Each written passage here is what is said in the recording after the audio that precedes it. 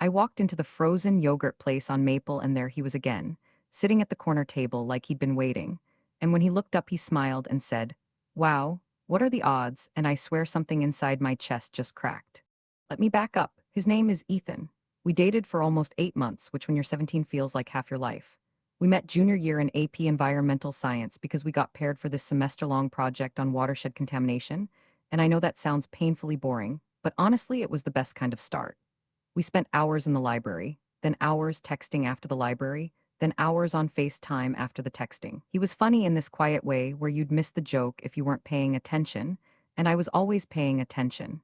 He remembered small things, like the fact that I only eat the orange starbursts, or that I have a specific order I watch my comfort shows in when I'm stressed. He made me playlists. He wrote me a note on actual paper once, folded it into a tiny square, and slipped it into my jacket pocket so I'd find it later. It said, "You make boring things feel like an adventure," and I kept it in my phone case for months. We were good together. My friends liked him. His friends tolerated me, which for a group of guys who only talk about basketball and video games, I took as a win. My mom thought he was polite.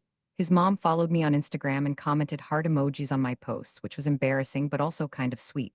We weren't the couple making out in the hallway or posting every 5 seconds. We were low-key, comfortable. I thought that meant we were solid. But here's the thing about comfortable. Sometimes you don't notice when it starts to shift. And it shifted so slowly that by the time I felt it, I'd already been unhappy for weeks without being able to name it. Around month 6, Ethan started getting weird about my time. Not in an aggressive way, not yelling or demanding. More like this quiet pressure that built up so gradually I almost didn't clock it. If I went out with my friends on a Friday, he wouldn't say, "Don't go." He'd say something like, "Oh, cool, I was hoping we could hang, but it's fine." And the way he said, "It's fine," you know that tone. The one where fine means the opposite of fine, but you're supposed to pretend you don't notice. That tone, every single time. I started feeling guilty for having plans that didn't include him, which is insane because I'd had a life before Ethan, and my friends hadn't gone anywhere. My best friend Priya literally said to me one night, "Jess, I feel like I have to book an appointment to see you now," and she was half joking but also half not. I was canceling on people, rearranging my schedule, choosing Ethan not because I wanted to every time, but because the alternative was dealing with the silent disappointment radiating off him for 2 days afterward. There was this one time I went to Priya's birthday dinner, her actual birthday, and he texted me 11 times in 2 hours. Not angry texts, worse, sad ones. "I just miss you. The apartment feels empty without you." He lived with his parents. He meant his bedroom. I spent half of Priya's birthday dinner under the table texting him back reassurances instead of being present with my best friend on her birthday. And when I got home, I felt this wave of something I couldn't name. It wasn't anger exactly. It was more like I suddenly couldn't breathe, and I didn't know when the air had gotten so thin. So I broke up with him, and honestly, it was one of the hardest things I've ever done because he didn't do anything obviously terrible. He didn't cheat. He didn't scream at me. He just slowly became the center of gravity in my life until everything else was orbiting around him, and I was losing pieces of myself to keep him from feeling neglected. I told him that as gently as I could. I sat in his car outside my house and I said, "I love you, but I feel like I'm disappearing and I need to figure out who I am when I'm not managing your feelings." He got quiet for a long time. Then he said, "I didn't know you felt that way." And then he said, "I think you're making a mistake." Not mean, just calm, almost clinical, like he was stating a fact. I cried the whole way to my front door, and then I cried in the shower, and then I ate an entire sleeve of Oreos and cried some more. 3 days later, I went to the coffee shop on Birch Street where I always study on Saturdays. I've been going there since sophomore year. It's my place. I walked in, ordered my usual iced chai, turned toward my usual table by the window, and Ethan was sitting at the table right next to it. He looked up from his laptop like he was surprised. "Oh, hey," he said. "Funny running into you here." I stood there holding my chai and my stomach dropped because Ethan doesn't drink coffee. Ethan has never once in 8 months set foot in that shop. He's a Dunkin' drive-through person. He told me once that independent coffee shops try too hard. But there he was, casual as anything, acting like this was totally normal.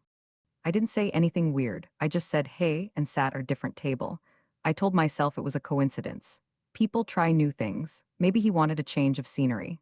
I studied for an hour and left, and he was still there when I walked out. Monday after school, I went to the gym with Priya. We go to this small place near the community center, not a big chain, kind of out of the way. We were 20 minutes into our workout, and I looked up from the leg press, and there was Ethan, on a treadmill, looking at his phone. He doesn't have a membership there. I know this because we talked about it once and he said he works out in his garage. Priya noticed me staring and followed my gaze, and her face did this thing where her eyes went wide, but she tried to play it cool. Is that? She started. Yep, I said. He caught my eye and gave me this little wave. Casual, friendly, like we were acquaintances who happened to cross paths. Small world, he mouthed. Wednesday, I went to the bookstore downtown to buy a birthday present for my little sister. Ethan was in the young adult section. Thursday, I went to get frozen yogurt after a brutal calc test. Ethan was at the corner table. Friday, I drove 20 minutes to Target, not even the close one, the one across town, to buy shampoo and a phone charger. I was in the electronics aisle comparing cables, and I heard his voice behind me say, "Those ones break after like a week, get the Anchor brand." I turned around and he was standing there with a basket that had nothing in it, an empty red basket. He'd walked into Target, grabbed a basket, and found me. That's when my heart started beating too fast and not in the good way. I said, "Ethan, what are you doing here?" And he laughed, actually laughed, and said, "Shopping, same as you?" And I wanted to scream because what do you say to that? How do you argue with someone who technically isn't doing anything wrong? He's in a public store. He's allowed to be at Target. He's allowed to go to the gym and the coffee shop and the bookstore. Every single time. He had a perfectly reasonable explanation, and that easy, calm smile, and I started to feel like I was the crazy one for noticing. Priya didn't think I was crazy. Priya was furious. She started documenting it. Every time I saw him somewhere, I'd text her, and she'd screenshot it with the time and date. After 10 days, she had 7 incidents, and she laid them out in order and showed me and said, "Jess, this is a pattern." I showed the screenshots to my friend Marcus, and he kind of shrugged and said, "I mean, you guys live in the same town. Maybe it really is coincidence." And I wanted to grab Marcus by his hoodie strings and shake him because no, it's not coincidence when someone who has never been to your gym suddenly shows up at your gym the week after you break up with them.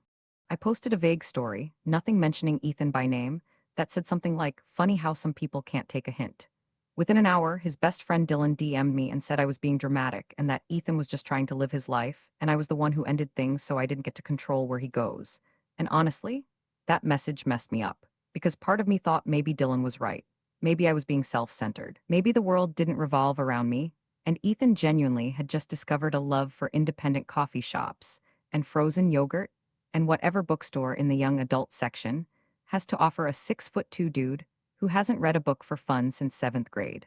But then I made a mistake, a big one. I tested him. I told Priya and only Priya that I was going to this specific Thai restaurant on the other side of town on Saturday at 6, a place I'd never been to before, a place with zero connection to my normal routine. I didn't post about it. I didn't tell anyone else. I drove there with Priya, we sat down, we ordered pad CU, and I spent the whole dinner looking at the door. He didn't show up. And for about 45 minutes, I felt relief mixed with shame. Maybe I had been paranoid. Maybe I owed people an apology. Maybe I'd turned into the kind of ex who thinks everything is about them. Then Priya's face changed. She was looking at her phone under the table with this expression I'd never seen before, half sick, half angry. She turned her screen toward me. It was an Instagram story from Ethan posted 12 minutes ago. A photo of the outside of the Thai restaurant, our Thai restaurant, the one we were currently sitting in. The caption said trying new spots with a fork emoji. He was outside. He'd come. He just hadn't walked in this time. Priya had told him that was my first thought. Priya had told him and this was some kind of setup. But then Priya showed me something else. She'd gone through her recent followers and Ethan had made a new account, no profile picture, no posts, some random string of numbers as the handle, and it was following her. Only her. She hadn't accepted it on purpose. It had slipped through weeks ago during a follow-back spree. He'd been watching her stories. Every single story where she posted where we were, what we were doing, which coffee shop, which gym, which store. He hadn't been coincidentally showing up. He'd been tracking our location through Priya's Instagram stories. Every latte she photographed, every gym mirror selfie, every study date with my girl post with a location tag, he was using all of it like a map. Here's where things stand right now. It's been a week since the Thai restaurant. I haven't seen Ethan anywhere because Priya locked down her account and I've stopped sharing anything location specific. My mom wants me to talk to the school counselor. Priya wants me to tell his parents. Marcus finally stopped defending him after the fake account thing but says I shouldn't blow up his life over it.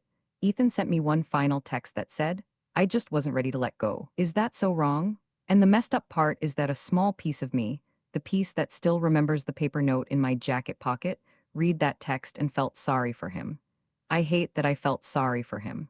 I also hate that I posted that vague story and tested him with the restaurant thing instead of just confronting him directly from the start, because maybe if I had, it wouldn't have gotten this far. Maybe I made it worse by being indirect.